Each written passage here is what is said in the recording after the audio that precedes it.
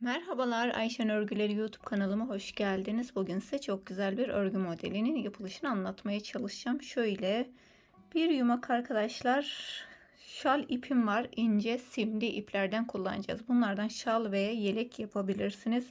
1.75 milimde tığım var. Şimdi yapım aşamasına geçelim. Öncelikle zincir çekerek başlıyoruz. Zincirimizi çok sıkı çekmeyelim ki yelek yapıyorsak veya herhangi bir projede alt tarafı çekme yapmasın. Şöyle geniş geniş zincirler çekelim.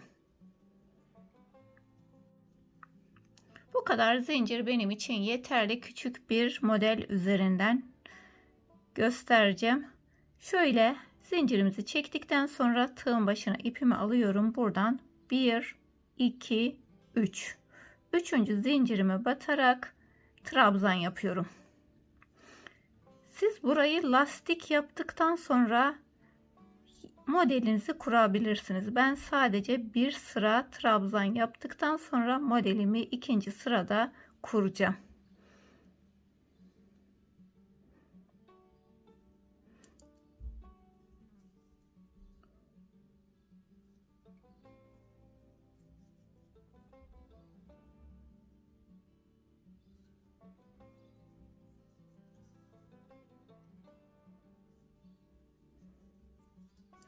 Bu şekilde trabzanlarımı yaparak tamamlayalım arkadaşlar. Alt katlarından oluşturuyoruz trabzanlarımızın sayısı. Şöyle ben trabzanlarımı yapıp tamamladım. Alt katlarından oluşturdum. Kenar bandı içinde arkadaşlar 6 tane trabzan ben ayırmış oldum. Siz isterseniz daha geniş istiyorsanız 7-8 de bırakabilirsiniz. Daha dar istiyorsanız 4 taneden de yapabilirsiniz. 3 tane zincir çekerek başlıyoruz. 1, 2, 3. Tığın başına ipimi alıyorum. Birinci trabzandan değil, ikinci trabzandan batarak trabzan yapıyorum. Kenardaki zincirle beraber buraya 6 tane trabzan yapıyoruz.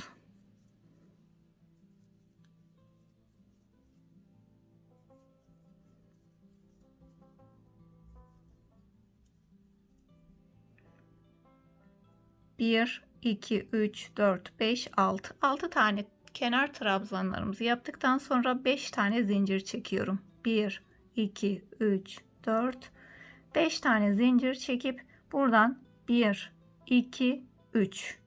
2 tane atlıyoruz. 3. trabzanın tepesine batarak sık iğne yapıyorum. 1, 2, 3, 4, 5. Yine 1, 2, 3. Üçüncüye batarak sık iğne ile zincirimi sabitliyorum. 5 zincir 1, 2, 3. Üçüncü trabzanın tepesine sık iğne ile zincirimi sabitliyorum. 1, 2, 3, 4, 5. 1, 2, 3. 1, 2, 3, 4, 5. 1, 2, 3. 1, 2, 3, 4, 5. Hemen son burada zincirimiz vardı. Zincirin tepesine batıyorum. Sık iğne ile kapatıyoruz. Birinci sıramızı bu şekilde kapatmış olduk. Hemen bir tane zincir çekip modelimi döndürüyorum. Zincirimin içine bir tane sık iğne yapıyorum. 1, 2, 3, 4 tane zincir çektim. Bu bizim kenar kısmımız olacak arkadaşlar. Tığın başına ip aldım. 3 tane trabzan yapıyorum. 1, 2, 3. 3 tane trabzan yaptım. Bu kenardaki zinciri trabzanlara dahil etmiyoruz. Bir tane zincir, tekrar tığın başına ip alıyorum. Bir sonraki zincire geçerek buraya da trabzan yapıyoruz. 3 tane. 1, 2, 3, bir zincir, bir sonraki trabzana geçerek yine trabzan yapıyorum. Pardon, zincire geçerek. Trabzanları bitirdik. Kenar bant kısmına geldik. Bir tane zincir çekiyorum. Buradaki 6 tane trabzanımızı yapıyoruz.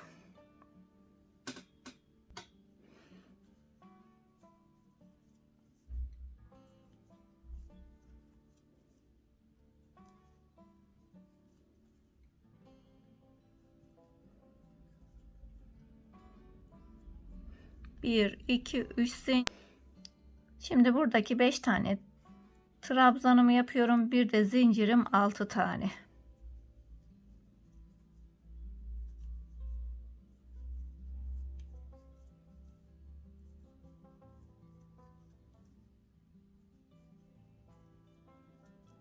Kenar kısmını yaptık. Bir tane zincir çekiyorum. Tekrar tığın başını ip alıyorum. Trabzanların tepesine batarak yine bir sıra daha trabzan yapıyoruz.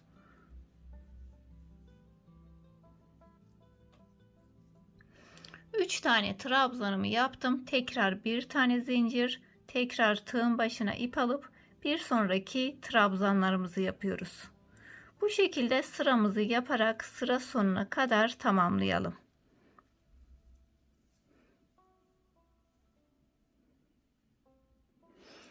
Trabzanları tamamlayıp kenar kısmına geldik. Buradaki hemen trabzanlarımızı da yapıyoruz.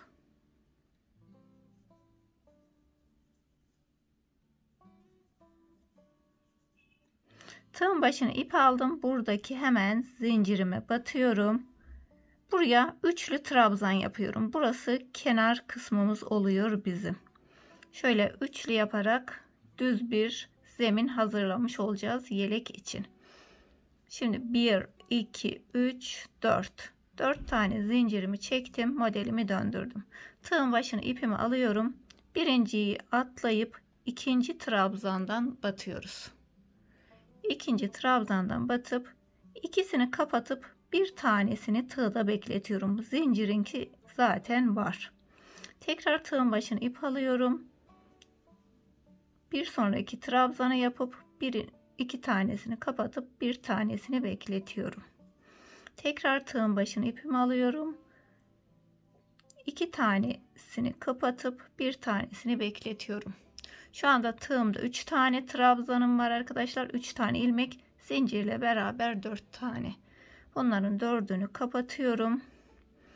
1, 2, 3, 4, 5 tane zincir çekiyorum. Tığın başına ipimi alıyorum ve bir sonraki trabzana geçiyoruz. Yine aynı şekilde ikisini kapatıp bir tanesini bekletiyorum.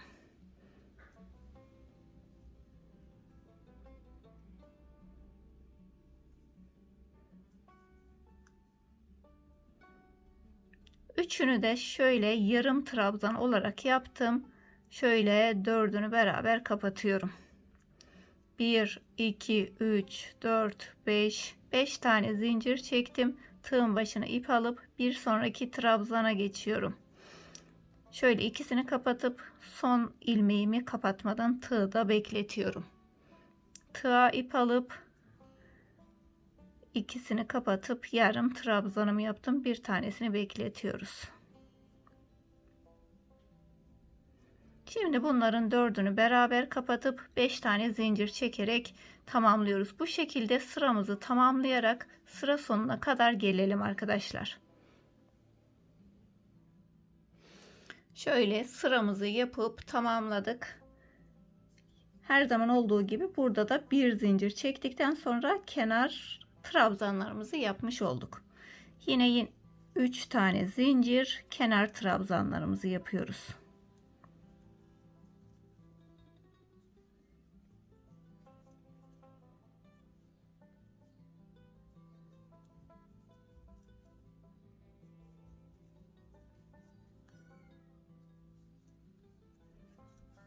Kenar trabzanlarımızı bitirdik. Şimdi 5 tane zincir çekiyorum. 1, 2, 3, 4, 5. Şimdi 5 tane zincirimizi çektik. Hemen buradaki 5 tane zincirin tam orta kısmından sık iğne ile kapatıyorum. 1, 2, 3, 4, 5 tane zincir. Zincirlerin orta kısmına sık iğne ile kapatıyorum. 1, 2, 3, 4, 5. Tekrar bir sonraki zincire. 1, 2, 3, 4, 5. Bir sonraki zincire. 1, 2, 3, 4, 5. Bir sonraki zincire. 1, 2, 3, 4, 5. Hemen buradaki yukarı çıktığımız trabzanımız vardı. Trabzanın tepesini şöyle kapattım.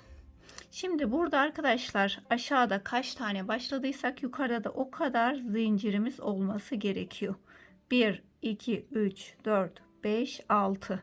Çünkü bu modeli yukarıya da devam ettireceğiz. 1, 2, 3, 4, 5, 6. 6 tane bizim başlangıçla beraber aynı sayıda zincirlerimiz var. Şimdi tekrar 1, 2, 3, 4, 5, 6 tane çektim kenarına. 6 tane çektikten sonra tam orta kısmından yine zincirimin şöyle sık iğne ile sabitledim. 1, 2, 3, 4, 5. Orta kısımlara 5 tane çekiyorum. Sadece kenarda 6 tane çekiyoruz. 1, 2, 3, 4, 5. 1, 2, 3, 4, 5. 1, 2, 3, 4, 5. 1, 2, 3, 4, 5.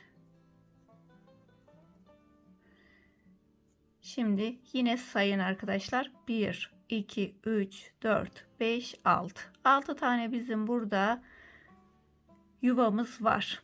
Modellerimizi yapmak için. Bir tane zincir çekiyorum. Hemen trabzanlarımız yapmaya başlıyorum.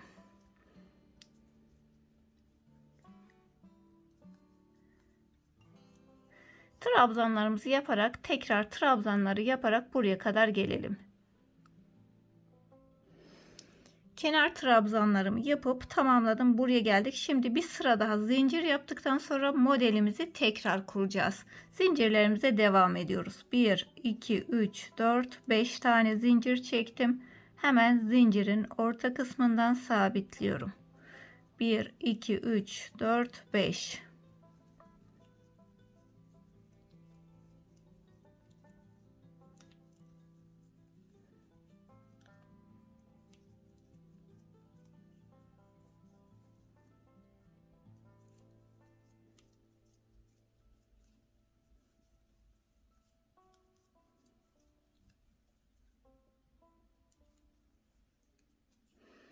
Şöyle kenarımızda bitirdik arkadaşlar. Şimdi bizim 6 tane zincirimiz olması gerekiyor. Modelimizi kuracağız çünkü 1, 2, 3, 4, 5, 6.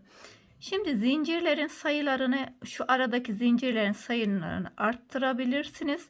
Ama tek sırada bırakmanız gerekiyor ki şöyle şunların tepesine gelmesi gerekiyor.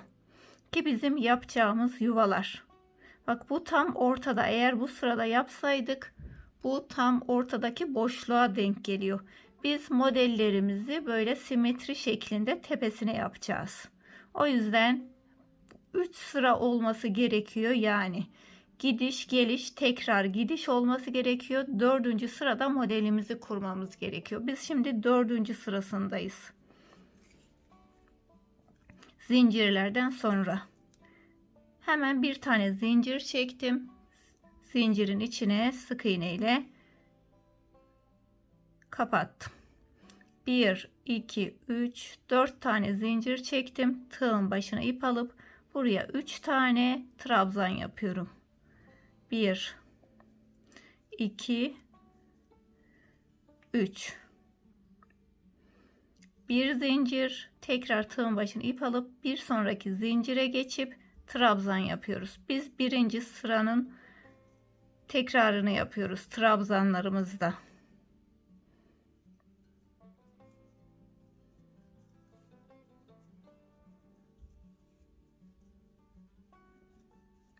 Bu şekilde arkadaşlar biz şu anda buradaki sıramızı yapıyoruz.